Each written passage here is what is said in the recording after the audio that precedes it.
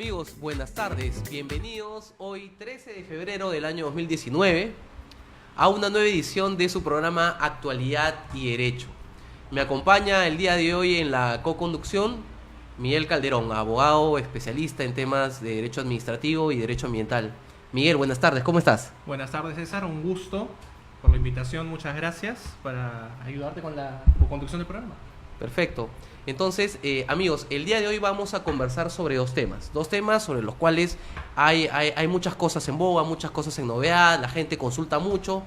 El tema es el de los contratos de alquiler, ¿no? Estos asuntos, estos casos en los cuales se contrata con un inquilino para alquilarle un inmueble, para alquilarle una casa, para alquilarle un departamento, para alquilarle un local, y luego hay problemas y hay que ver cómo solucionar esos problemas. Entonces, el primer tema es el de los contratos de alquiler, y el segundo asunto es un tema ya un poco más técnico y que tiene que ver con los últimos casos de corrupción, Miguel, el tema del compliance, los programas de prevención en las empresas sobre actos de corrupción, ¿no? El caso Lava Jato ha traído mucho este tema, ya hay legislación al respecto. Sí. Y en el segundo bloque del programa, ahí vamos a conversar con Carlos Hermosa, asociado senior y líder del área de compliance de CPB Abogados. Los invitamos desde ya a participar con sus preguntas sobre el primer tema, que es los contratos de alquiler, ¿no? Y recuerden que este programa es auspiciado por CTL Consultants. Nos pueden ubicar en nuestra página de Facebook y también nos pueden llamar al número 986-72-2375. Bueno, Miguel, arrancamos.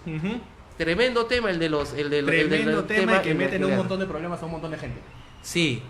Y muchas veces problemas innecesarios, ¿no? Sí, estoy totalmente de acuerdo contigo. Problemas que se podrían resolver si es que hubiese una asesoría legal adecuada, ¿no? Un poco, no sé cuál es cuáles son los principales problemas que por ahí puedes ver en la experiencia propia. Tú y yo, lo que vemos todos los días, ¿no? Sí, la ¿no? noticia es el típico problema del inquilino que no quiere salir o que tiene 1, 2, 3 años el señor viviendo gratuitamente y sin pagar un solo mes de renta, ¿no? O la típica, otro tipo de caso, ¿no? La persona que no desea pagar el mantenimiento del departamento y simplemente se acumulan los meses de mantenimiento y el dueño después se genera un conflicto con la persona, ¿no? Parte de las prerrogativas son propias de un arrendamiento, empiezan por el mismo contrato, ¿no? Por supuesto. La idea de cuidarnos respecto a este vínculo que se generaría posteriori por el interés de arrendar un inmueble, tiene que ir de ambas partes, ¿no? De la persona que arrienda con el notario, ¿no? Sí, no, totalmente de acuerdo. Y en ese sentido, hay que hablar un poco de qué precauciones debe tomar una persona que es propietario, es dueño de un local, claro, o de una casa o un departamento para alquilar, ¿no? Una de las primeras cosas es: ¿qué hago si viene una persona y quiere alquilarme el inmueble para dedicarse a una actividad comercial, quiere alquilar el inmueble para vivir ahí con su familia, etcétera, ¿no? Una primera recomendación es, obviamente, buscar los antecedentes de esta persona y, sobre todo, para empezar, los antecedentes crediticios, claro, que nos lo da, pues, las centrales de riesgo como Infocor, Equifax. Ver si esta persona está en estas centrales de riesgo como deudor, ver cuáles son las deudas que tienen con los bancos. También podríamos pedirle, por ejemplo, algunos antecedentes judiciales, antecedentes, claro, policiales, ¿no? Referencias. Claro. Imagínate una persona que te quiera alquilar el local y es una persona que ha sido condenada por estafa, claro, ¿no? O que ha tenido problemas con anteriores. Claro, o que ha tenido problemas por anteriores, ¿no? Claro. O que, por ejemplo, ahora ya hay un registro judicial de deudores morosos, claro, de deudores en casos de alimentos, ¿no? Y eso te da una línea para saber... Como que te va pintando el perfil de la persona con la que tú vas a generar un vínculo, ¿no? Miren, en estos tipos de temas que son ya... que tienen algún tipo de relevancia jurídica, siempre es bueno curarnos en salud, ¿no? Sí. No solamente se trata de sentarnos, conversar con la persona, uy, qué bien me cae. No. Tenemos que considerar el hecho de que muchas de las consecuencias de los actos que vamos a llevar a cabo con la persona que va a ser nuestra contraparte en un negocio, al final se van a tratar de dinero. Sí. Y van a redituar en el dinero y van a girar en el mismo dinero. Entonces, la delicadeza que se debe tener y la proyección que se debe tener respecto a esos temas es muy delicada, ¿no? Por más que en principio pareciera algo de todos los días, algo cotidiano, ¿no? Sí. Bueno, no debería ser así, dicho de paso. Claro.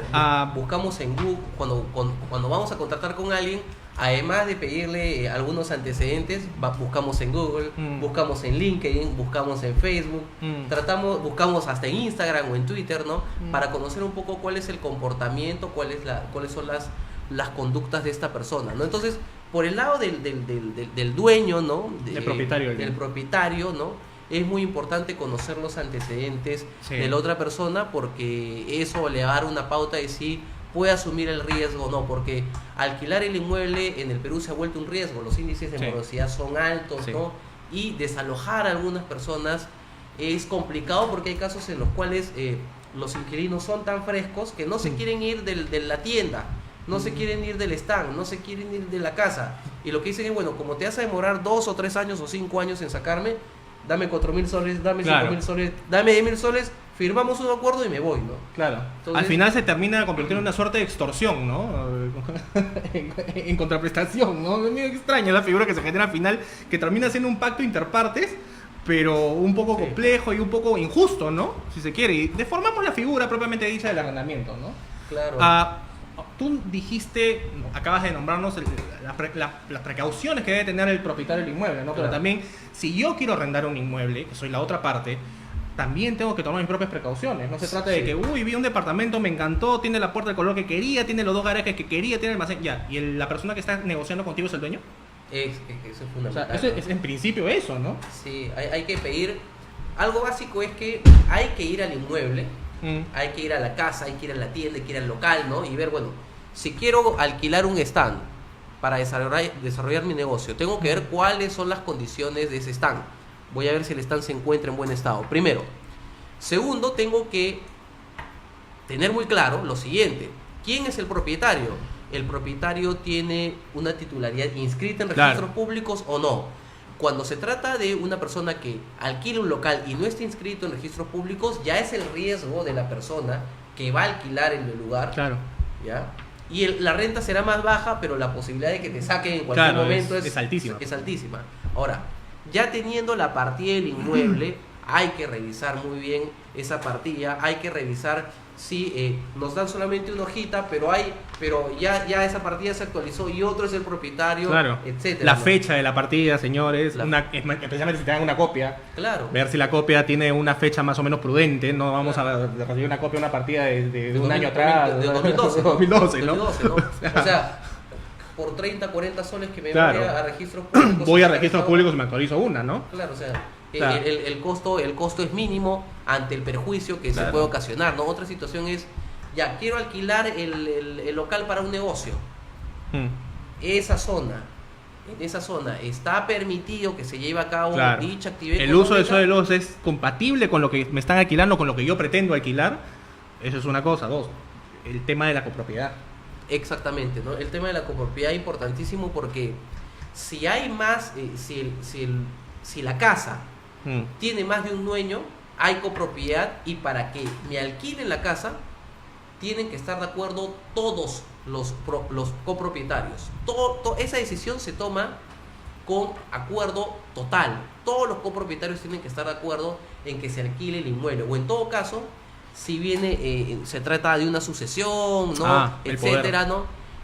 Quien se presenta tiene que ser una persona con poder para negociar y celebrar el contrato, porque si no voy a tener que negociar con cada uno de los herederos y ver si puedo firmar. Firmas un contrato que no cuenta con el poder de la persona que está firmando junto contigo y se hace pasar de propietario, o por lo menos pretende pintarse como un propietario único, tu contrato es nulo. Por falta de interés, o falta de, mejor dicho, la falta de la presencia de la voluntad de la otra persona, ¿no? Exactamente, ¿no? O si hay un poder insuficiente, sería ineficaz, pero la cuestión es saber quiénes son los que están facultados para negociar y quiénes son los que están facultados para celebrar los contratos de alquiler, ¿no? Son más las precauciones que debe tener el potencial inquilino, ¿no?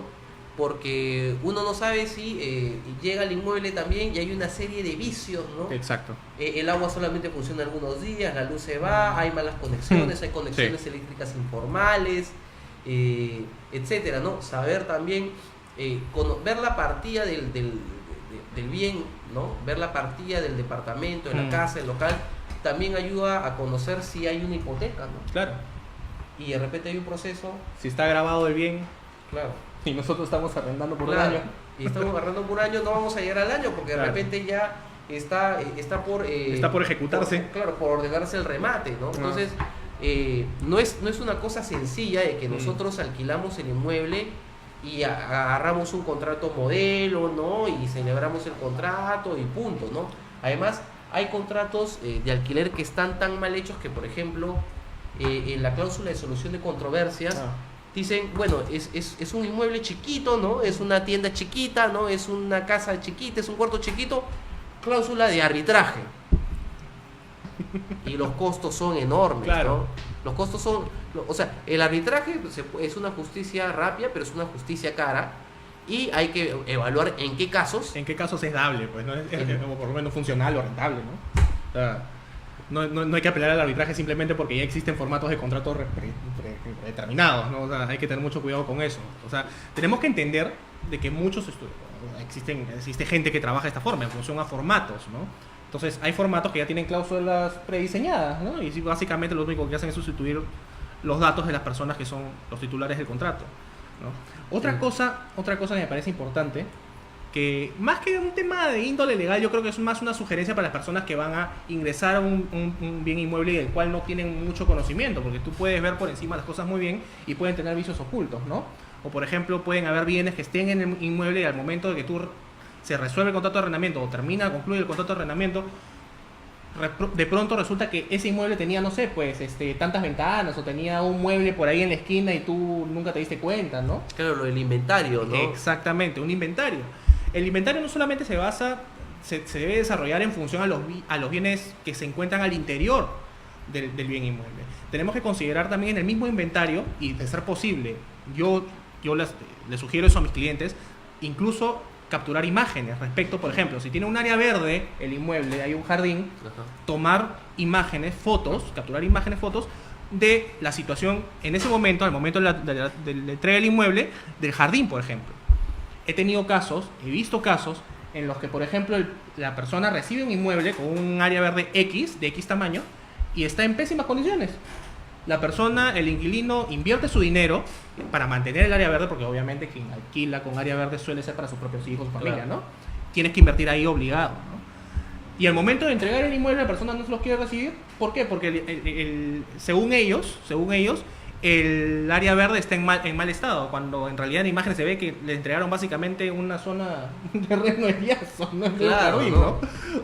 Es bien importante lo del inventario, ¿no? Obviamente esto se aplica mucho más cuando te entregan el inmueble amoblado y hay que tener muy en claro el número, por ejemplo, de muebles que están ahí, ¿no? Etcétera, si te dejan la lavadora, si te dejan... Bueno, y si hablamos de locales comerciales, aún más, ¿no? Porque definitivamente eso va a servir para el uso comercial que se le va a dar al bien, ¿no? Otra cosa importante por parte de los inquilinos es que vamos a hacer un restaurante, una discoteca, tenemos que invertir. Claro. Y hay que conocer, obviamente, si el lugar permite esa actividad y si podemos tener permisos, licencias para realizar las edificaciones. Si no, vamos a estar invirtiendo en vano y vamos a tener un problema. Vamos a alquilar un inmueble, ¿ya? Vamos a alquilar un inmueble que no lo vamos a poder destinar para el uso comercial que queremos, ¿ya? Y si asumimos el riesgo de usarlo para la actividad comercial, vamos a tener la eventual multa por parte de la municipalidad, la fiscalización, y la empresa se va a ver perjudicada, el negocio va a quebrar. Y además se va a tener que cumplir con pagar una renta por un inmueble al que ya no se le va a dar un uso comercial, ¿no? Vamos a tener que ser creativos, ¿no? E instalar ahí a un familiar, a alguien, ¿no? Ver si se puede subarrendar, ¿no? Porque si no se puede subarrendar... Porque si no, terminas pagando una cláusula penal también por no cumplir el plazo contractual. Exactamente, ¿no? Es complicado y en ese sentido es importante... conversar sobre otro punto, ¿no? Ya hemos celebrado el contrato de alquiler, ¿no? Ya hemos celebrado el contrato de alquiler Y las partes tienen distintas obligaciones, ¿no? Y el dueño, el propietario, ¿no? Por ejemplo, me dice, ¿no? Ahora que he alquilado mi departamento, ¿qué obligaciones tiene el propietario? ¿Son muchas? ¿Son pocas? La básica es, por ejemplo, si hemos celebrado el contrato para que la persona tome posesión en un determinado plazo, ese plazo se tiene que cumplir. Si no, hay que aplicar la cláusula penal que se haya previsto en el contrato o resolver el mismo y pedir una indemnización. Pero también hay otra serie de obligaciones. Es que el dueño, el propietario, tiene que respetar el plazo del contrato. No me puede sacar antes porque el contrato es ley entre las partes y se tiene que cumplir durante todo el plazo, ¿no? Durante todo el plazo que se ha previsto, ¿no? Es importante respetar los plazos y sobre todo saber que en tiempos de crisis, ¿quién responde ante los problemas? No. Si yo estoy utilizando el local, el stand, la tienda, y se produce una afectación en la tienda, se cae una pared, ¿no? Claro. Se rajan las paredes. Claro. Hay algo que requiere una refacción necesaria y yo como inquilino no soy responsable, es obligación del propietario realizar la mejora necesaria. La norma lo establece, ¿no? Las mejoras necesarias tienen que estar a cargo del propietario, no se le pueden imputar, no se le pueden atribuir al inquilino. ¿no? Y entiéndase por mejora necesaria la que implica cualquier parte del bien inmueble, del bien que está en arrendamiento, que se requiera para el uso que se le está dando, ¿no? Por ejemplo, me mudé y de pronto me doy cuenta de que la grifería de los baños de toda la vivienda comienza a fallar. Claro. En principio es obvio que la grifería se tiene que usar. Exactamente. En todo caso, eso es algo que el propietario debe asumir como una responsabilidad, puesto que se debe de usar y es necesario para el uso de la vivienda como inmueble, ¿no? Definitivamente, ¿no? Es básico, ¿no? Que en estos temas que son indispensables para la utilización del bien, el propietario asuma lo que le corresponde, ¿no? Imagínate una discoteca sin agua, un restaurante sin agua, ¿no? Claro. ¿Qué tipo de negocio podría funcionar? Podría funcionar en ese sentido, ¿no? Entonces, el dueño, el propietario, ¿no? De la tienda, el propietario del local, el propietario de la casa, tiene que asumir esos costos, ¿ya? Porque hay propietarios, así como hay inquilinos abusivos que no se quieren ir, también hay propietarios que también abusan de su derecho. Claro, que abusan de su derecho y eso no se puede permitir. Y por el lado del inquilino, hay varias obligaciones, hay más obligaciones. La principal es pagar la renta dentro de los plazos. Puntualmente, ¿no? Pagar puntualmente, ¿no? Porque si no, si se establecía una penalidad por cada día de demora, hay que pagar esa penalidad. En la práctica muchas personas obvian eso porque el propietario dice, vamos a llevar la fiesta en paz. Vamos a llevar la fiesta en paz. Claro. Pero ojo que hay propietarios que legalmente podrían decirte, exacto. Lo firmamos y lo tienes que asumir. Ahora, finalmente, esa es una pregunta al aire, ¿no? Si existe esa praxis de forma, si se quiere decir, criolla, imaginemos que se resuelve el contrato por causa atribuible a la persona que arrienda. Claro. Y no se cobró ninguna de estas penalidades por demora en el pago. Claro. Ahí se podría intentar una compensación porque el plazo de prescripción, ¿no? En cuanto a la exigencia del pago de esa deuda es de 10 años, ¿ya? Ahora hay que iniciar la acción judicial en el marco de un proceso, ¿no? Claro. Tiene un costo, ¿no? O sea, y hay que ver si la inversión en el proceso a eso quería justifica, llegar, exactamente, ¿no? O sea, se dan cuenta cómo algo que comienza siendo tan pequeño termina siendo algo tan grande, claro, y tan oneroso. Es algo que se puede prever y que tranquilamente se puede... Es más, o sea, todo se basa en el hecho de que si nosotros tenemos algún tipo de vínculo comercial o jurídico con alguien, tratemos de llevarlo en un buen norte, ¿no? Porque al fin y al cabo cualquier tipo de atajo, por decirlo de alguna forma, claro, podría salir 20 veces más oneroso que lo que se pretendió ganar. ¿No es así? Sí, no, yo estoy totalmente de acuerdo contigo, Miguel. Y aparte hay que tomar en cuenta una situación con relación al pago, ¿no? Es ¿cuándo me pueden resolver el contrato si soy un inquilino incumplido? La norma civil señala que el contrato de arrendamiento se puede resolver si es que he dejado de pagar una renta, se vence una segunda renta y transcurren 15 días. Entonces, yo envío la carta notarial y ahí hay otra formalidad, el tema de las cartitas, ¿no? El tema de las cartas notariales. Una carta notarial mal redactada puede generarme una resolución de contrato inválida. Y al final voy a pasar 6 u 8 años en la Corte, llegar hasta la Corte Suprema y no voy a poder desalojar a nadie. Entonces, lo importante de la asesoría legal y que la gente se dé cuenta que lo barato sale caro. Y en esos aspectos sale sumamente caro. No sale caro, sale sumamente caro. Entonces hay que tomar en cuenta, ojo, hay una posibilidad de resolver el contrato por incumplimiento. Son 2 meses, son 2 rentas que no se pagan, más 15 días. Entonces, ojo con eso, porque a partir de esa situación, a partir de ello, es que el inquilino estará, el dueño estará habilitado para iniciar las acciones judiciales correspondientes, ¿no? Otro aspecto importante es que también podemos señalar en el contrato que una causal de resolución del mismo es que al bien se le dé una finalidad distinta, ¿no? Exacto. Si lo alquilé como casa y lo estoy utilizando como estudio de abogados, ¿no? Por así decirlo, se resuelve el contrato, ¿no? Claro. Si alquilé para ferretería y estoy usándolo como farmacia, me resuelven el contrato. O si, por ejemplo, a mí me da la gana de subarrendar el bien y no tengo consentimiento. del propietario. Resolución de contrato. Resolución de contrato, claro. De pleno. O las modificaciones, ya. Voy a utilizar este inmueble. Es un inmueble grande. Y quiero hacer una discoteca. La mejor discoteca del centro de Lima. Tengo un inmueble grande, ¿no? No puedo hacer las modificaciones si es que no cuento con el asentimiento. Del propietario. Exacto. Entonces, es muy importante negociar los contratos. No es una cosa de que... O sea, la práctica comercial nos da unos márgenes para ser flexibles en temas legales. Y eso no se discute.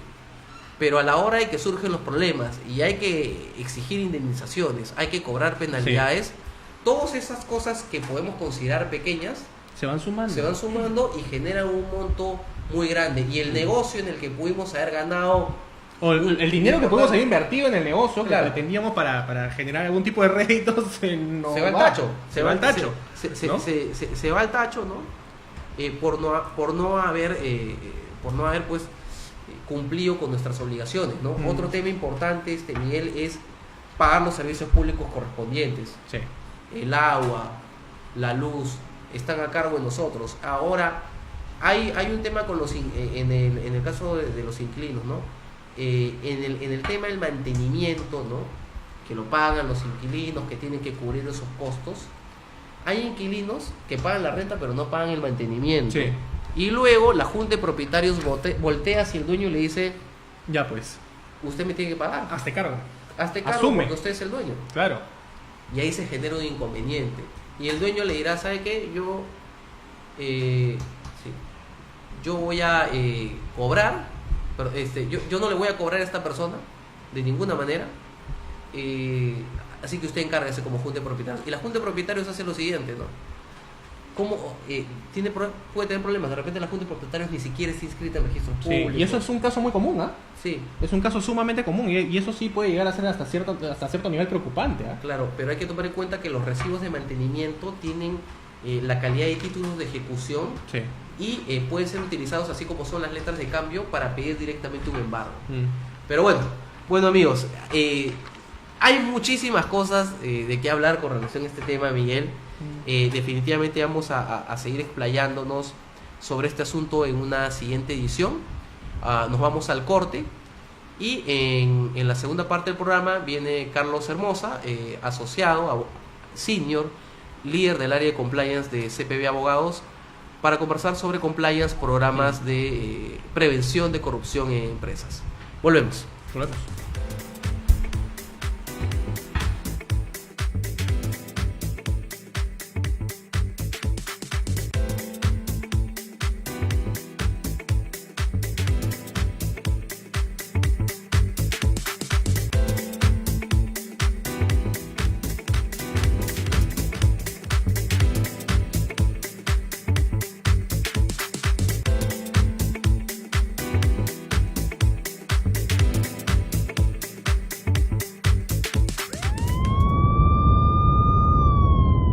La experiencia nacional e internacional enseña que en casos de terremotos o desastres naturales, las comunicaciones se congestionan. Debemos estar preparados. Lo más importante, mantén la calma, evita llamar y menos insistir. Utiliza los mensajes de texto o la internet para comunicarte. Y si estás en la zona de emergencia, marca el 119 y deja un mensaje. Me gusta tu silencio. Es la mejor forma para expresar tus sentimientos. Me encanta cuando lloras porque me he quedado con parte de tu alma. Me ilusiono con tu sonrisa porque sé que ha valido la pena el momento. Congelemos este momento porque me encuentro entre tus manos. Toma un libro y vuelve a vivir.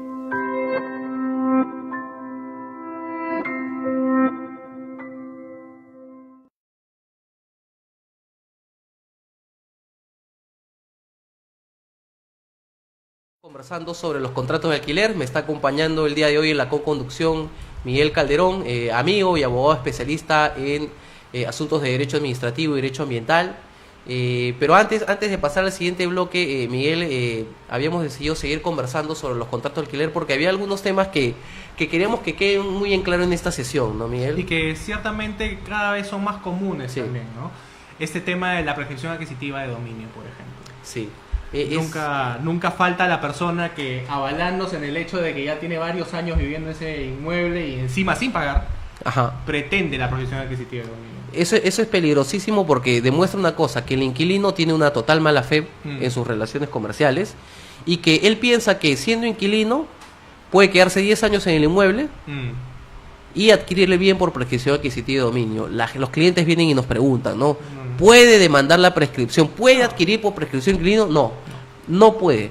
Y no puede por una cuestión muy simple. Porque para pedir la prescripción adquisitiva de dominio, la persona que va a interponer esa demanda tiene que manejarse como propietario. Y desde el momento en que el inquilino celebra el contrato y reconoce que existe un dueño de la propiedad, deja de tener cualquier tipo de presunción sobre que él en algún momento se va a sentir como propietario. El propio contrato que suscribe es el contrato que prohíbe o inhabilita esa posibilidad, claro, ¿no? Porque es un contrato celebrado entre el propietario y el inquilino. Entonces, que yo no que pasó un año y yo no volví a firmar el contrato de arrendamiento. ¿Se asume? Que se extendió. Exactamente. Entonces, tampoco es una salida muy inteligente como para apelar a la prescripción adquisitiva de dominio. No, definitivamente que no. Ahora, lo que nos preguntan también es si el propietario, ¿no? Cuando el propietario, el dueño, ¿no? de la casa en la que soy inquilino, vende a un tercero, ¿qué pasa conmigo? ¿Qué sucede conmigo? ¿Me quedé solo? ¿Ya me tengo que ir? ¿Sí o no? Depende. Si usted tiene inscrito el contrato de arrendamiento en registros públicos, es decir, si su contrato de alquiler está inscrito en la partida del inmueble, el nuevo propietario tiene que respetar el contrato. Exacto. Y luego de vencido el contrato de arrendamiento, usted tendrá que dejar el inmueble y el nuevo propietario hacerse cargo. ¿Por qué? Porque se presume que todas las inscripciones son conocidas por todos. Hay que respetar eso totalmente. Ahora, si es que no estuviese inscrito, ¿ya? Si es que no estuviese inscrito el contrato de arrendamiento, lamentablemente el inquilino se tendrá que ir. ¿Por qué? Porque el nuevo dueño no conoce por registro, por ficción legal, que eso existe. Lo único que queda por parte del inquilino es pedirle una indemnización al propietario. Habrá que cuantificar el monto, ¿no? Y ver si conviene mandar. Entendiéndose, obviamente, el caso de la persona que asume la propiedad del bien inmueble y no desea, obviamente, continuar con el arrendamiento, ¿no? Claro. O sea, siempre existe la posibilidad abierta, ¿no? Siempre existe esa posibilidad abierta, porque recordemos que eso básicamente son negocios entre partes, ¿no? Eso depende mucho de la voluntad de las partes. Entonces, si la nueva persona, el nuevo propietario,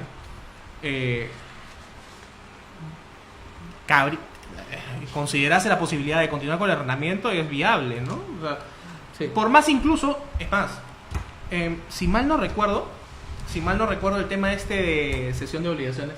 Claro. Y cesión de derechos. Ese tema es muy, muy interesante. Cabría la posibilidad incluso sentarte a renegociar el contrato previo con la persona que es nuevo propietario del bien inmueble, ¿no? Claro, es posible, ¿no? Porque además hay que tomar en cuenta que el nuevo propietario, la persona que ha querido adquirir el inmueble, obviamente ha tenido que ir al inmueble y debe saber que hay un poseedor, Obvio. ¿no? Si O no, sea, es porque hay algo raro ahí. hay algo raro ahí y además es totalmente condenable, ¿no? De que una persona compre un inmueble sin siquiera haber ido ahí. Eso Sí. eso Ya ya nos demuestra que hay algo raro. Hay algo chueco ahí. Que hay algo Perfecto. chueco ahí. Entonces, si yo voy a adquirir un inmueble y sé que está poseyendo otra persona, tengo que saber si puedo negociar con el poseedor y puedo negociar con el propietario, ¿no? O de repente hago lo siguiente, ¿no? Hay gente que compra inmuebles que tienen algunos problemas, ¿no? Y dice, ¿sabe qué? Sí. Lo compro y yo lo desalojo, pero Yo eso lo sí, desalojo, pero eso sí. redúceme el precio de Exacto. del... Eso castigan el término común, ¿no? Castigan el costo del inmueble. Claro, otra situación era, que hemos conversado es, ¿qué pasa si fallece el dueño, ¿no? Si fallece el propietario mientras el contrato de arrendamiento está en su vigencia, ¿no? Hemos celebrado un contrato de arrendamiento por 3 años y en el segundo año fallece el dueño. Los herederos asumen la posición de propietario. del propietario y el contrato no se resuelve, el contrato se mantiene. ¿Por qué? Porque los herederos asumen los derechos Y y las obligaciones que deja el causante, ¿no? Entonces, si el papá fallece y los hijos ahora son los herederos, son los copropietarios de la tienda, ¿no? Del local, del departamento, ellos van a tener que respetar el contrato, ¿no? Sobre todo si está inscrito, ¿no? Ahora, si no estuviese inscrito, ellos también podrían... Ahí entra un enfoque un poco complejo, porque ellos dirían, somos nuevos propietarios, no sabíamos esto, pero ojo, también por otro lado hay otra situación, ¿no? Que las deudas, ¿no? Las obligaciones y los derechos del heredero se transmiten inevitablemente a sus sucesores. Ellos no van a responder con su patrimonio propio, pero sí tienen que hacerse cargo con el patrimonio de la masa hereditaria, masa hereditaria. ¿no? Entonces, de esta conversación sacamos, Miguel, creo que varias conclusiones para los contratos de alquiler, ¿no? Primero, asesórese bien, ¿no? Sí. Contrate un abogado. De No. ser posible, no se dejen engañar por la aparente simpleza del contrato. El hecho de que suceda con habitualidad no quiere decir que no puedan generarse complicaciones en el transcurso del tiempo. Hay un último tema que quizás nos hemos salteado y no lo A hemos ver. tocado. A ver, ¿cuál sería? ¿Cuál sería? También es una praxis común acá, ¿ah? Ya. Yo creo A que ver. sabes a qué me refiero. A ver. ¿Cuántas personas hemos alquilado bienes inmuebles y con tal de no pagar un exceso, aceptamos pagar el arrendamiento sin un comprobante de pago a cambio? Ahí estás agarrando carne, pero, Estoy agarrando carne. es cierto. Hay un fuerte sector, Yo te diría que el 80, el 90% de... hay no, un fuerte sector que no está pagando impuestos. sí, porque los contratos de arrendamiento, ya alguien tiene que pagar el impuesto, ¿no? Claro, Que es un corresponda. ingreso, ¿no? Es un ingreso, es renta, Ujú. es Es renta. tributariamente es renta, ¿no? Y hay, en el caso de las empresas, para el sustento, ¿no? De la empresa y la contabilidad, se pide. En el caso de las empresas informales, no se pide porque la empresa no tiene Claro. registro de nada, ¿no? Pero en el caso de las personas naturales, ahí yo creo que en el caso de las personas, incluso las personas con negocio, esto debe estar bordeando ya casi el 100%. Y ahí hay una labor de la SUNAT, ya, que también es un poco complicado de verificar, pero es una... Claro, o sea, Pero hay un forado, por el ¿no? amor de Dios, y con regular, fiscalizar, supervisar la actividad formal es compleja. Claro. Es más, o sea, la actividad comercial formal es compleja. La actividad informal no hay forma de supervisarla de una manera tan simple, ¿no? Y si hablamos de contratos de arrendamiento entre personas naturales, eso sí debe ser sumamente complejo, ¿no? Sí, es sumamente complejo, ¿no? Pero es importante tratar estos temas para... Hay que aprender a seguir las reglas. Sí. Hay que aprender a actuar de buena fe. Hay que aprender a pactar bien las cláusulas de los contratos, ¿no? Si tenemos que pagar la renta. ¿Sabes qué pienso Y- a veces? Sí, dime, Disculpa que te corte. sí. ¿Sabes qué pienso a veces que hace un poco falta acá? Un poco costumbre británica a veces, ¿no? Eso de pacto de caballeros. El valor de la palabra, El ¿no? valor de la palabra. Yo creo que deberíamos darle Sí, eso yo mismo, estoy de acuerdo ¿no? contigo. Valga la redundancia, ¿no? El valor de la palabra. No esperar a que haya alguien atrás nuestro fiscalizándonos, sino saber que en principio le estamos haciendo un daño mucho más grande a lo que está alrededor nuestro por el solo hecho de ganar nosotros como uno, ¿no? Yo creo que este caso del arrendamiento sí cabe en la situación. Sí, porque el caso del arrendamiento, pues demuestra cómo es una persona en su vida y también demuestra cómo es una persona en sus actividades comerciales. Es como el caso de las personas que no pagan sus deudas, ¿no? O sea, Exacto. y aparte un mal inquilino se hace de una mala fama que lo va a seguir hasta su trabajo o hasta su empresa. Claro, porque por el mismo hecho de que también no solamente el aspecto laboral, ojo, porque obviamente te va a comenzar Socialmente, a llamar ¿no? Socialmente, ya no vas a tener buenas referencias.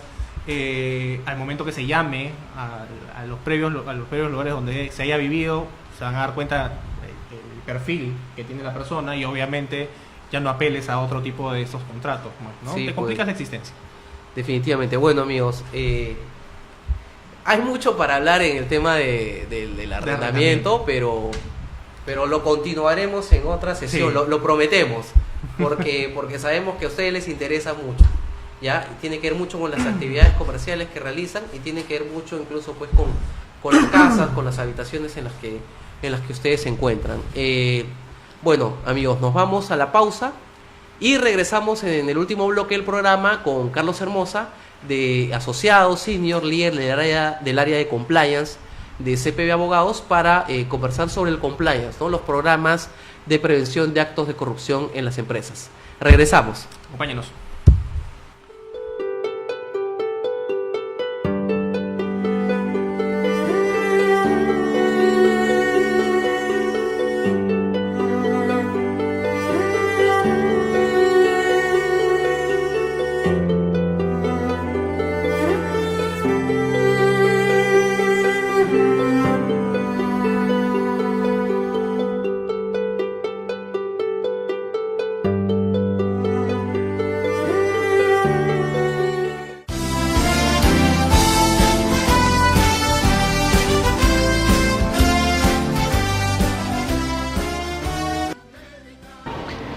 Buen día, estimados amigos. Los esperamos en HCM Radio TV. En este programa Tecnología Médica y Salud estaremos debatiendo, analizando los temas de coyuntura de la salud en nuestro país. Los espero todos los jueves de 5 a 6 de la tarde en HCM Radio TV.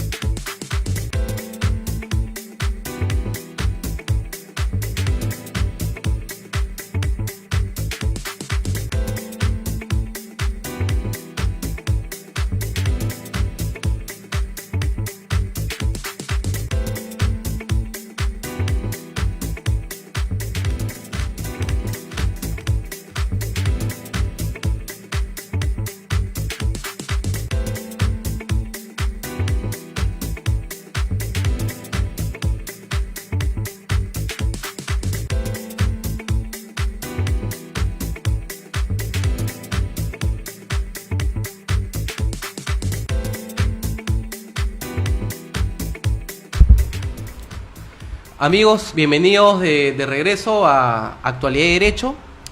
Como sabían, en este bloque vamos a conversar sobre los programas de compliance, ¿no? Que tienen que ver sobre evitar actos de corrupción en el sector privado, en las empresas, ¿no? Hay todo un contexto, ¿no?, sobre el cual vamos a hablar con un especialista en la materia. Nos acompaña hoy Carlos Hermosa. Él es asociado senior, él es líder del área de compliance de CPB Abogados, él es abogado por la Universidad de Lima, él es máster en Derecho Internacional de los Negocios y Management con especialización en Compliance por ESADE Business y Law School en Barcelona, España. Así que definitivamente hoy hemos traído un especialista que nos va a aclarar todas las dudas generales que tenemos por el momento. Carlos, muchísimas gracias por venir. Gracias, Dar. Gracias por la invitación. Gracias también. Bueno, sí, como te lo comentaba, de hecho el tema es sumamente interesante, está en continuo desarrollo normativo en el Perú.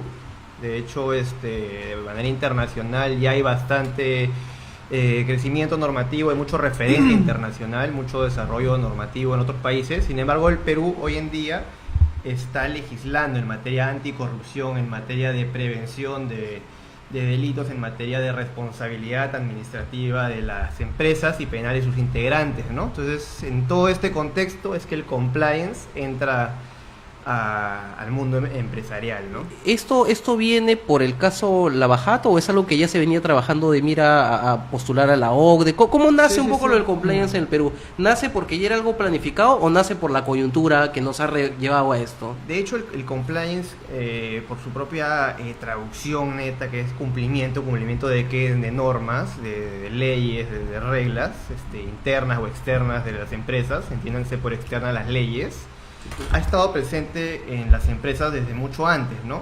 El tema es de que, a propósito de la coyuntura actual, específicamente del caso Odebrecht, Lavallato, allá por el año 2016, del escándalo más grande de corrupción que vivió el Perú y Latinoamérica, fue que se empezó a normar, ¿no? Y es así que salió la primera ley que regula la responsabilidad administrativa de las personas jurídicas, ¿no? Que entró en vigencia años posteriores, ¿no? ¿Y podrías contarnos más o menos cómo funciona este tema de compliance, por favor? Sí, claro. Cuando hablamos de compliance, aquí en el Perú, netamente, nos referimos a la regulación que reciben las empresas en materia de cumplimiento normativo, es decir, cómo las compañías deben gestionarse adecuadamente mediante la implementación de un modelo de prevención que sirva como un eximente o atenuante de responsabilidad frente a algunos tipos de delito que están previstos en esta norma, ¿no? Que en este caso son 5 delitos, entre los cuales destaca la presencia de lavado de activos, y creo que hoy en día se ha puesto de moda el lavado de activos, ¿no? Claro, en el tema político, ¿no? Sí. Pero definitivamente tiene que ver mucho con los temas empresariales. Ahora, Totalmente, sí. Carlos, a nosotros nos sigue mucha gente que tiene negocios, que son microempresarios, que son pequeños empresarios, y de repente en el desconocimiento se ha podido asumir de que esto solamente atañe a las grandes empresas. Entiendo que eso está mal y que las pequeñas y medianas empresas también tienen la obligación de cumplir con estos estándares. ¿Puedes Claro, comentarnos? más que una obligación, en realidad, si bien es cierto, las grandes empresas ya tienen reglas, protocolos, estándares muy altos propios de sus matrices extranjeras en muchos casos. Hoy en día lo que se busca es formalizar la pequeña, mediana, la microempresa, ¿no? Dándoles herramientas como estas, de modelos de prevención, con requisitos mínimos que permitan a los empresarios medianos, pequeños, realizar sus actividades lo más diligente posible, ¿no? Lo más responsables. Nosotros hacemos empresa con la intención de si bien es cierto, generar dinero, lo cual no tiene nada de malo, es hacerlo de manera responsable y acorde a las leyes, ¿no? De manera legal, ¿no? Y al momento de que las empresas implementan este tema de compliance, ¿tiene carácter obligatorio o es facultativo? Claro, hoy en día lo que nos dice la ley 3424, en este caso la ley que regula la responsabilidad administrativa de las empresas, y su reglamento que salió el mes pasado, en enero, es de que si bien es cierto, no es obligatorio el Estado, al momento de realizarse una investigación fiscal, supongamos por lavado de activos, si yo logro acreditar que tengo un modelo de prevención implementado en mi empresa, voy a recibir lo que sería un eximente de responsabilidad, ¿no? Ok, lo que ya está tipificado per se en el Código Penal, ¿no? Claro, siempre y cuando se logre acreditar que este modelo de prevención cumple con una serie de requisitos que están en el reglamento. Cuanto menos hay 5 requisitos mínimos que el modelo de prevención debería contener para que pueda funcionar, ¿no? En el caso de las micro y las pequeñas también es aplicable, ¿no? Lo que buscamos un poco es formalizar el mercado, ¿no? Claro, es interesante, Carlos, porque hay esta concepción vieja del derecho penal de que las personas jurídicas no delinquen, ¿no? Pero ahora, a propósito del compliance y de la evolución del derecho penal, hay sanciones duras para las empresas que pueden tener que ver incluso con la clausura, con el cierre de la empresa, ¿no? Entonces, ya hablando de los casos prácticos, por ejemplo, si tenemos un pequeño empresario, un microempresario, ¿no?, que necesita un financiamiento y se aparece pues alguien con mucho dinero, pero con un origen desconocido, o un proveedor que pedía pues 200 unidades de mi producto y de repente empieza a solicitar 100.000. ¿Cómo se maneja esto de estas operaciones sospechosas, de aceptar dinero por parte de algunas personas?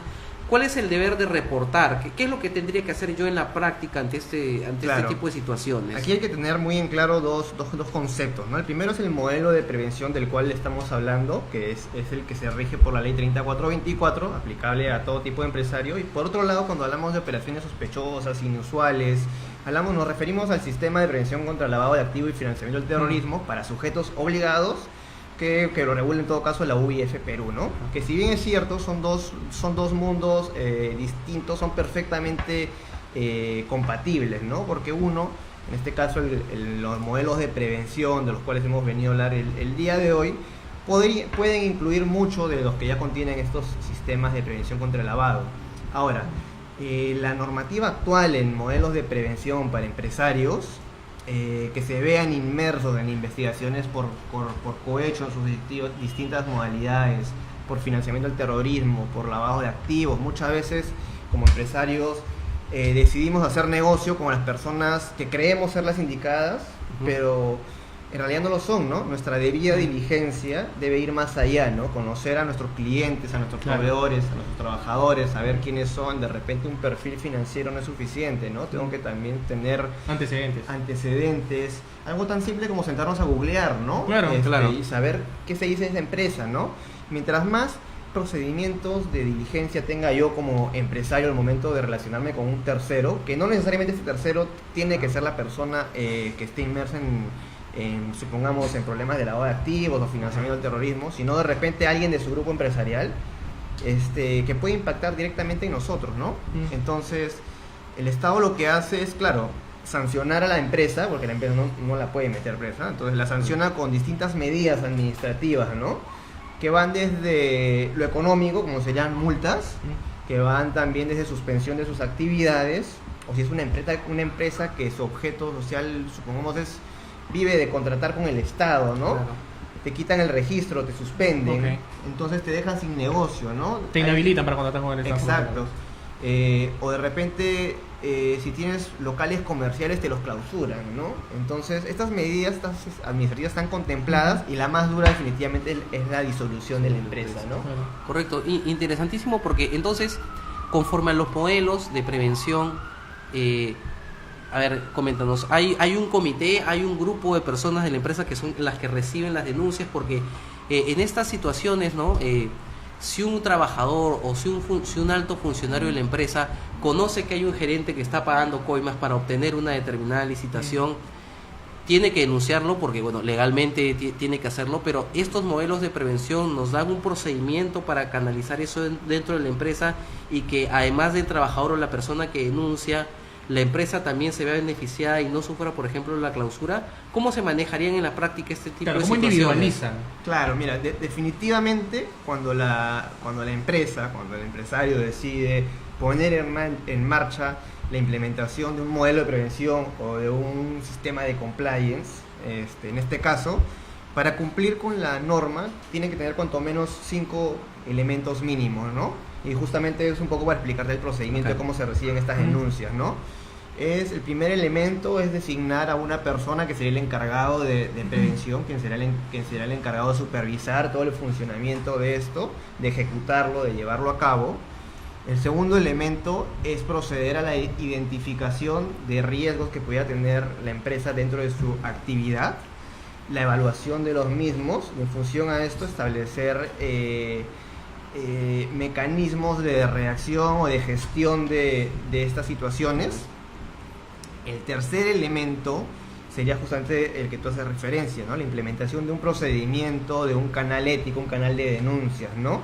Un canal de denuncias hay que entender que es un medio por el cual cualquier trabajador de la empresa o colaborador, cualquier grupo de interés externo, entiéndase como grupo de interés a clientes, proveedores, cualquier persona interesada en informar algo de la empresa, puede hacerlo de manera anónima y confidencial, que es lo más importante de esto, ¿no? Que la denuncia hecha sea anónima y confidencial, de tal forma que aseguremos la identidad, la seguridad de esta persona, el denunciante, ¿no? A fin de evitar cualquier tipo de represalia futura, ¿no? Esta denuncia recibida tiene que ser gestionada por el gestor, en este caso del canal de denuncias, que muchas veces, claro, puede ser interno o externo dentro de las empresas, depende del tamaño de la organización. En este caso, se debe proceder a levantar una investigación, emitir un reporte, a calificarla, y es el encargado de prevención justamente quien atiende estos casos, ¿no? Quien se encarga de emitir en todo caso un informe final a la persona denunciante para darle respuesta, ¿no? Si supongamos llegan diariamente denuncias de un tipo, o sea, llama la atención, ¿no? Que todos los días me estén diciendo, supongamos que mi empresa, que los camiones de mi empresa bota residuos tóxicos supongamos en un parque, ¿no? En un parque, en una urbanización, ¿no? Entonces, si todos los días continuamente estoy recibiendo ese tipo de comunicaciones, llama la atención, tengo que proceder a investigar, ¿no? Es el tercer elemento en cuanto a lo que es procedimientos, aparte de la implementación de protocolos, de políticas internas, ¿no? Y disculpa que te corte, perdón. ¿Siempre es de parte? ¿Puede ser de oficio? ¿A qué nos referimos? Si la persona que está, o sea, si se genera algún tipo de denuncia, siempre es de parte de un trabajador que está, obviamente... Claro, sí, no. Las denuncias que se reciben en el canal ético, en el canal de denuncias, pueden ser de alguien de la organización, como no, como algún externo, de repente un proveedor que duda mucho de los procesos de licitación al momento de selección de los mismos, Claro. puede anunciarlo, ¿no? Interesante, Carlos, porque de lo que nos comentas yo saco como primera conclusión de que cualquier empresa del tamaño que sea que trabaje con el Estado o que su principal cliente sea el Estado debería tener previsto esto, porque los casos de cohecho, los casos de corrupción en temas del Estado son amplísimos, y por los fondos y por el origen, ¿no?, de determinados productos, las pequeñas mineras, ¿no? Las pequeñas mineras deberían tener definitivamente un programa de compliance. Ahora, tú nos comentas, Carlos, de que ya se implementó el programa. Ya tenemos el programa. Solo para agregar, el tercer elemento era la ajá. implementación de ese procedimiento del canal de denuncia de las políticas. El cuarto elemento, porque te pide 5 a la norma, no mínimos, indispensables para que esto funcione, ¿no? El cuarto está en que todo lo que vienes poniendo en práctica, la implementación del canal de denuncia, tus protocolos, la identificación de riesgos, los controles que hagas, los difundas y los capacites al interior de tu empresa, ¿no? A todos tus trabajadores, a todos tus colaboradores. No puede ser letra muerta, claro. Claro, exacto. Tienes que sensibilizarlo, ¿no? Tienes que hacer una labor de educación de lo que vendría a ser esta nueva cultura de compliance, de prevención, de tolerancia cero a la corrupción. Y esto solamente lo vas a lograr capacitando a todo el personal, ¿no? Y finalmente el último elemento es la evaluación y el monitoreo continuo de todo lo que vienes haciendo, ¿no? El encargado de prevención tiene que encargarse de verificar que efectivamente todo lo que viene haciendo, los protocolos que tenga, todo el código de ética, todo lo que viene difundiendo funcione en la práctica, ¿no? De lo contrario nos vamos a llenar de protocolos, de libros, de manuales que en la práctica no van a funcionar, y que mañana más tarde ninguno de mis colaboradores va a saber de qué trata, ¿no? Y el trabajo del abogado es fundamental, porque el abogado es experto en compliance. No solamente se encarga de elaborar el programa y brindar estas pautas y estar en las capacitaciones, sino que el abogado se convierte en una suerte de consultor, porque en el monitoreo va a tener que asesorar si los protocolos se están ejecutando de manera adecuada, porque si tengo el protocolo y no lo ejecuto de buena manera, igual voy a tener responsabilidad y voy a tener que asumir las multas y demás sanciones que correspondan, ¿no? Necesariamente, si bien es cierto la función del encargado de prevención o del compliance officer, como lo denominan muchas veces, no es que necesariamente tenga que ser un abogado.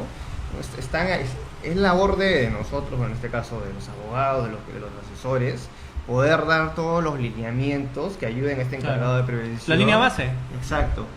A poder gestionar adecuadamente su modelo de prevención, ¿no? O sea, para lo cual se necesita mucha colaboración. Y una consulta. ¿Existe una entidad que se encargue de observar o que reciba algún tipo de información respecto a los encargados de compliance de cada privado? A la fecha, a propósito de entrar en vigencia del reciente reglamento de la ley, es la Superintendencia de Mercado de Valores, la SMB, quien será la encargada de verificar que un modelo de prevención cumpla con todos los requisitos, ¿no? Ok. Al momento de una investigación fiscal, supongamos. Y eso ¿no? es aplicado a pequeña, Sí, claro. pequeña empresa, gran empresa. Sí, claro. Para las MIPES, en realidad, el reglamento nos dice que en los próximos días todavía, Ajá. se dieron un plazo, ellos como 60 días, Ujú. se va a publicar un formato, ¿no? Ujú. Unos modelos de modelo de prevención para los más pequeños. Ok. Lo que no quita que a la fecha puedan ir avanzando en cuanto a lo que es herramientas, protocolos, Claro. cultura organizacional, ¿no? Prácticas de buen gobierno corporativo, políticas básicas en ¿Y realidad. tú qué, no sé, eso ya es opinión propia, a ver, ¿tú qué piensas respecto de las opiniones que se ha generado a raíz de este tema de compliance, ¿no? Diciendo de que la SMB de repente podría, no sé, de repente podría haber sido en algunos casos un poco más específicos algún otro tipo de entidad de supervisión para que se encargase de estos temas, ¿no? Porque considerando que, empezando por el hecho de que no todas las empresas cotizan en bolsa, de que no todas las empresas se dedican al mismo rubro, que hay rubros más especializados, que podrían tener mayor capacidad o mayor expertise en ciertos grados de supervisión. No, sí, claro, definitivamente va a haber una labor muy fuerte y muy a la vez delicada de parte de la SMB al capacitarse, al tener un equipo de trabajo, casi como una división especializada en cuanto a lo que son modelos de prevención. Hay mucho, nuestro reglamento recoge mucho de un estándar internacional, de una norma ISO, que es la 37001, en cuanto a sistemas de gestión antisoborno. Entonces hay mucho estándar internacional que sirve para poder llevar a cabo Que sustentan el hecho de que ellos claro, sean. para poder llevar a cabo una evaluación, ¿no? Porque si nos ceñimos netamente, claro, lo que dice el reglamento es valorable, ¿no? Todo. Ok. Pero siempre es importante que las personas estén debidamente capacitadas, ¿no? Exacto. Correcto. ¿Y qué incentivos? Porque el cumplimiento de las leyes debería ser inmediato, pero la práctica nos enseña que necesitamos de incentivos. ¿Qué incentivos tiene esta ley para traer el cumplimiento del compliance? Ya que estamos hablando de la necesidad de formalización. Hoy en día, con motivo de la coyuntura actual que se vive en el Perú, en la que básicamente casi todo es corrupción, y por más de que uno tenga una empresa con la mejor de las intenciones, se va a ver expuesta a problemas de corrupción, sea al momento de contratar con terceros, al momento de contratar con el Estado. Hay que empezar a ver al Estado como un aliado, ¿no? Un aliado que nos está dando, que no nos está obligando, que nos está dando una herramienta mediante la cual mañana más tarde me veo inmerso en una denuncia, en una investigación fiscal, yo pueda defenderme y acreditar que he realizado todos los procedimientos y todas las actividades con la debida diligencia a fin de evitar justamente cometer un acto de corrupción, ¿no? Entonces, yo pienso que es una manera de premiar a las empresas por su labor diligente, ¿no? No podemos obligar, porque definitivamente esto es nuevo para el Perú, es reciente, hay un tema progresivo de adaptación. Claro. Y también está en nosotros, ¿no? Claro. Educar al empresario, generar negocios responsables y sobre todo gestionar a las empresas de manera en la que no afecten a terceros, ¿no? Muchas veces creemos que saltándonos las leyes es el camino más fácil, pero está demostrado que hoy en día, por haber saltado muchas leyes, Sí, nos vemos retrocedemos más. nos vemos con prisión preventiva, con congelación, Sí, congelamiento de cuentas. congelamiento de cuentas, de bienes, investigaciones, atados de pies y manos, y ya defenderse en esa etapa es más complicado y demora más, cuesta No, y más lo agradable, también, ¿no? lo que me ha gustado del compliance es el hecho de que como que individualizan los hechos generados por un solo individuo y no engloban a la entidad propiamente dicha, ¿no? Es como que si se quisiera hacer alguna suerte de tamizaje respecto de los empleados de cada empresa también, ¿no? Claro, si bien es cierto, hay mucho antecedente en lo que es lavado de activos y financiamiento del terrorismo con los sujetos obligados de la UIF. Es un poco lo que también se está buscando con los modelos de prevención, ¿no? De que mi diligencia no vaya solamente a mí como empresario, como gerente general, Claro. sino sea a toda escala, ¿no? A toda escala. Pero a partir de los gerentes generales, de las empresas que tengan un directorio, apoyar esto, ¿no? Claro. Estas iniciativas, apoyar al encargado de prevención para que todos los colaboradores estén alineados, ¿no? Y cumplan, se genere lo que es Claro. una cultura ética de prevención, Exacto. ¿no? Sí, me parece una buena herramienta para Sí, generar cultura es, ética. es interesantísimo y sobre todo romper algunos mitos como que se ha enfocado mucho en que la cultura de los empresarios, ¿no?, está destinada 100% al lucro, al y que lucro. si gano 100 y de repente Sí. gano 95 estoy perdiendo, ¿no? Sí, Y claro. lo que tiene que entenderse es que lo barato sale caro, ¿no? No, claro. Aparte, nadie dice que hacer dinero sea Claro, malo, claro. por el contrario, es una necesidad. Claro, Pero claro. hagámoslo de Idea. manera responsable, ¿no? Claro.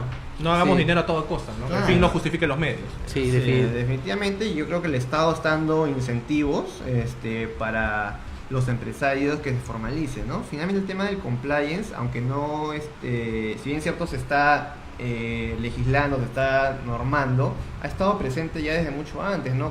Con el materia laboral, con el reglamento interno de trabajo, con el tema de acoso laboral, Claro. políticas internas que tienen las compañías, o políticas que tienen respecto al medio ambiente, respecto Claro. a contratación de proveedores, ¿no? Entonces todo eso en realidad es compliance, ¿no? ¿Y qué metodologías de difusión tiene el Estado o ha planteado el Estado para hacer más conocida esta metodología, ¿no?, entre los privados? Bueno, el reglamento recién ha salido el mes pasado. Ujú. Esto acá se podría promover mejor con una campaña de difusión propia del Estado. Claro. Pero en realidad son los mismos empresarios quienes Lo que están haciendo, ¿no? lo que están haciendo, quienes están interesando, quienes están consultando, Eso es bueno. quienes están tratando de saber un poco más de qué es esto de la responsabilidad administrativa de las empresas, ¿no? Claro.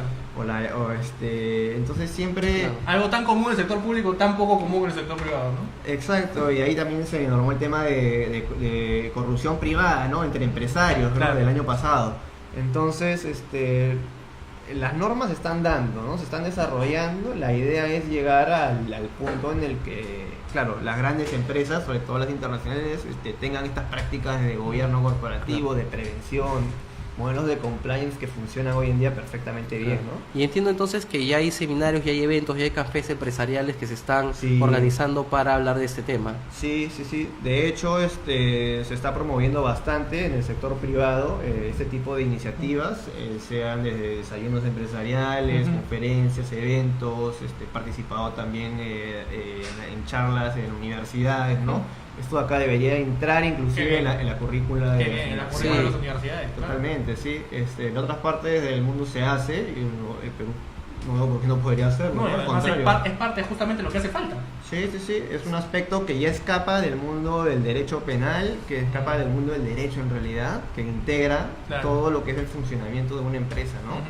¿Está bien? Claro, un buen gobierno corporativo, entre otras cosas. Sí, es un modelo de gestión, ¿no? Mediante el cual que va a permitir operar de forma diligente, responsable en tu mercado, y eso va a decir mucho de ti como empresa, ¿no? Ahí hablamos ya del valor empresa, del valor reputacional, ¿no?